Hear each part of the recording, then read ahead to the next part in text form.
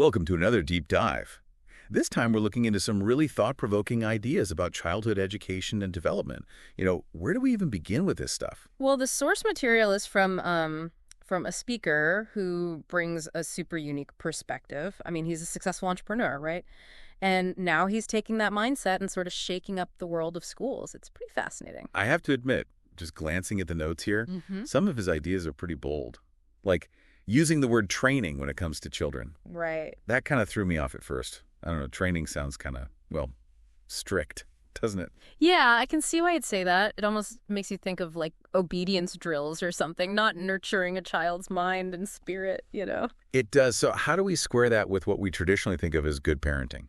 Well, he's definitely choosing his words carefully. Provocative, you could say. But I think the core of what he's getting at is it's about intentional guidance. We're talking about really equipping children with the skills they need to thrive, to lead fulfilling lives, not just, as you said, basic obedience. Gotcha. So it's less about molding them into some predefined box and more about giving them the tools to carve their own path. Exactly. And a huge part of that, he argues, is helping each child discover their own purpose. Okay, so that's a big one, right? Finding your purpose. How does he suggest parents even go about figuring that out for their kid? He talks a lot about looking for patterns, in their behavior and what they're naturally drawn to. Like if your kid is always taking the lead in group activities, maybe there's some leadership potential there. Or if they're always entertaining people, maybe they have a knack for that. Yeah, that makes sense. I'm picturing my niece. She's always putting on these little shows for everyone. There you go. Or maybe they're drawn to like solving problems or organizing things. Those could be clues too. It's like those strengths are already there, just waiting to be discovered. And nurtured. He actually uses the example of his own son. He was really into filmmaking from a very young age. The speaker recognized that passion early on, encouraged it, and now his son is like, Yeah, I do. But what about when a kid's interests change all the time? Yeah. My kids, it's like every week there's a new obsession. Right. It's like dinosaurs one day, astronauts the next. And it's true, he doesn't specifically address what to do when those interests shift so rapidly. Yeah, I was wondering about that. But I think the underlying principle still holds. It's about observing, responding to those evolving inclinations, not forcing our own expectations onto them. So even if the what changes, that core approach of observation and support, that stays consistent. Exactly. And now here's where it gets really interesting. He brings up this concept of the attention investment curve. Okay, stop right there. Attention investment curve.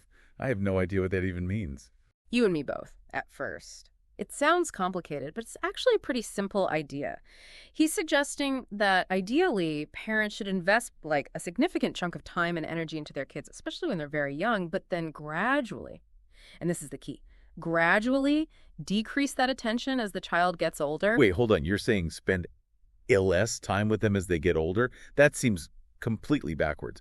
Most parents I know, it feels like they're just starting to really connect with their kids when they hit the teenage years, but that's when a lot of kids start pulling away, wanting more independence. Yeah, and that's the whole point he's making. He's saying that front-loading that attention, all that guidance early on, when they're little, that actually fosters a sense of self-governance in them. So by the time they're teenagers, they're more capable, more independent, and they need less of that direct attention from you. So it's kind of like this upfront investment that pays off later with a more independent, self-reliant young adult. Exactly. But even if you agree with the idea in principle, I think a lot of parents would be wondering, okay, but what does that actually look like? Decreasing attention as they get older, does it mean literally spending less time together or just changing how you spend that time? He doesn't give any hard and fast rules, unfortunately, which I think makes sense because every kid, every family is different.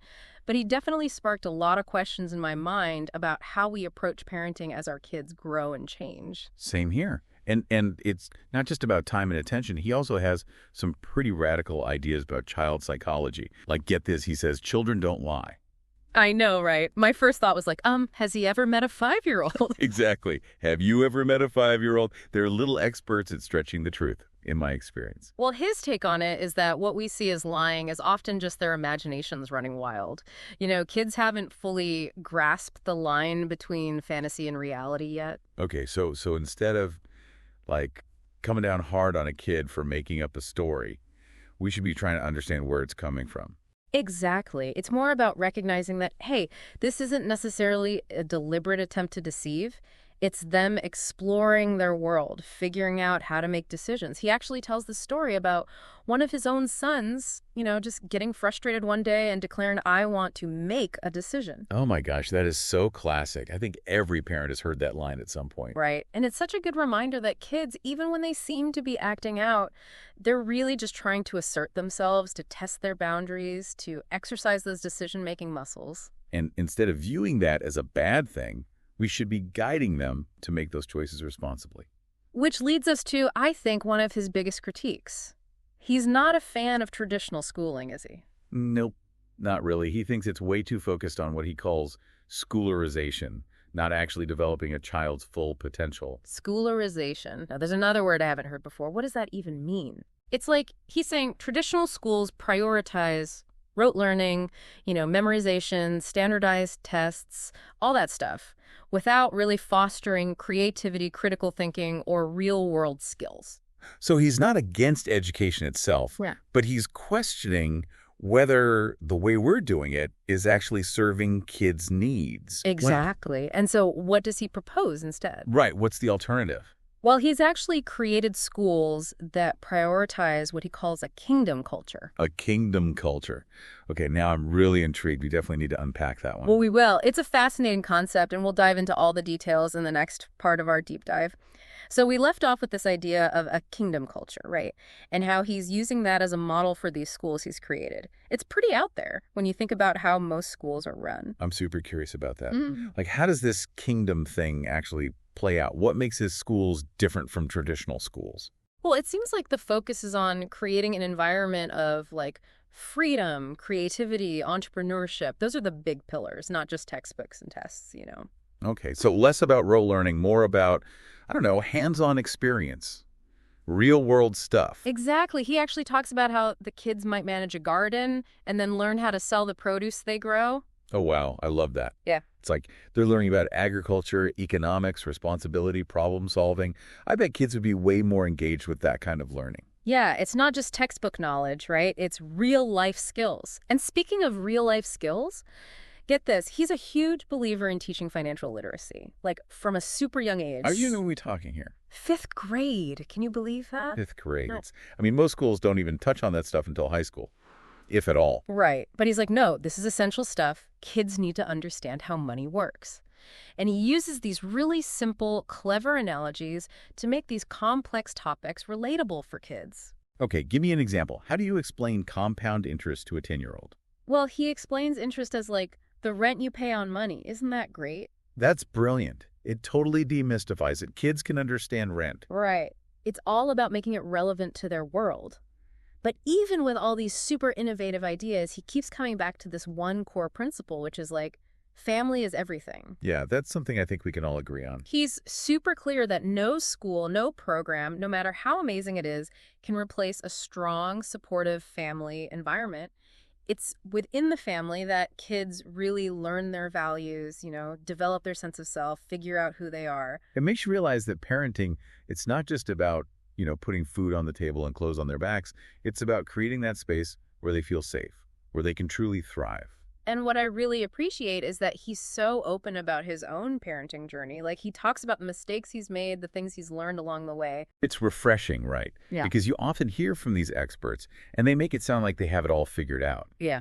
But he's real. Yeah, he's not claiming to have all the answers. He's just another parent muddling through it, trying his best. Which makes his insights all the more valuable, I think. Totally.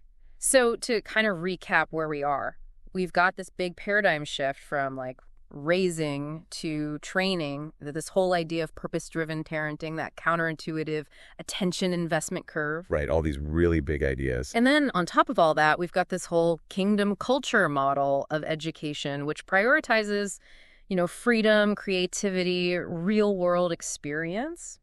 It's definitely making me rethink some of my own assumptions about what education should look like. Yeah. What are we really preparing kids for? Exactly. And he doesn't stop there. He goes even further and starts talking about the future of work and what skills are kids going to need to thrive in a world that's changing so rapidly. Oh, yeah, that's a big one. Who even knows what the job market will look like 10, 20 years from now? That's the million-dollar question, right? But he does offer some clues, some pretty provocative. thoughts about that. Okay, well, I'm all ears. Let's dive into that in the next part of our deep dive. So we've been exploring all these really innovative ideas, about education, about how we prepare children for the future. But he takes it a step further, doesn't he? He's basically saying that traditional school might become irrelevant. Yeah, I mean, think about it. Technology is changing everything so fast. The jobs that'll be available when our kids grow up, they might not even exist yet. It's kind of mind-blowing, isn't it? Totally. So how do we even begin to prepare them for that? Like, what skills will matter most in a world we can't even predict? He talks a lot about adaptability, being able to learn new things quickly, to pivot when things change, embrace the unknown instead of fearing it. I think that's going to be key no matter what field they end up in. It's like we need to shift our focus from teaching specific facts and figures to instilling a love of learning itself. That curiosity, that willingness to always be growing and evolving. Right. Lifelong learning is going to be so crucial. And he also talks about a growth mindset. It's not about avoiding failure. It's about seeing failure as a learning opportunity, a stepping stone to something better. I think that's so important because let's be honest, life is full of setbacks, right? It's not about how many times you fall down. It's about getting back up. Exactly. And he doesn't really offer a magic formula for instilling resilience in kids, but he does suggest that it starts with us. We have to model that behavior. Lead by example. Exactly. If we're approaching life with a growth mindset, if we're showing our kids that it's okay to make mistakes, to learn from them, then they're more likely to do the same. It's like that saying, don't just tell them, show them. And it's not just about resilience. He also emphasizes critical thinking skills, right? Which seems more important than ever in this age of information overload. Absolutely. Kids need to be able to filter all that noise, to figure out what's true, what's not, to think for themselves. It's like we need to give them a mental toolkit for navigating the digital age. Right. And he also talks about emotional intelligence. Being able to understand their own emotions, manage them, empathize with others, build strong relationships. All those soft skills, they're not so soft anymore. Especially in a world that's so interconnected, so collaborative. But okay, let's get practical for a second. A lot of our listeners are probably thinking, this all sounds great in theory, but how do I actually do this? How do I help my kid develop all these amazing skills? That's the million-dollar question, right? And he does offer some suggestions, like involve your kids in real-world activities as much as possible. Give them responsibilities. So like managing a budget, planning a trip, maybe even starting a little business. Right. Let them make decisions, experience the consequences, both good and bad, in a safe environment. Give them a taste of real life. And encourage their creativity. Music, art, storytelling, building things. Anything that lets them explore, experiment, express themselves without fear of judgment. It's about nurturing that creative spark that's in every child, helping them to see that there's no one right way to do things. And most importantly, like we were saying before, we have to model all this. We have to be the examples. Show them what it means to be lifelong learners, to embrace challenges, to be kind and compassionate human beings. Yeah, it's not easy, but it's pretty inspiring when you think about it. It's like we're not just raising kids, we're shaping the future. He really challenges us to think bigger, doesn't he? To move beyond the limitations of the way things have always been done and imagine something better. For our kids, for ourselves, for the whole world. He does. He reminds us that the future belongs to those who believe in the beauty of their dreams. And that is a beautiful thought to end on, isn't it? Thanks for joining us for this deep dive. We hope you found it insightful, maybe even a little bit inspiring. Yeah, keep exploring, keep questioning, keep learning. Until next time.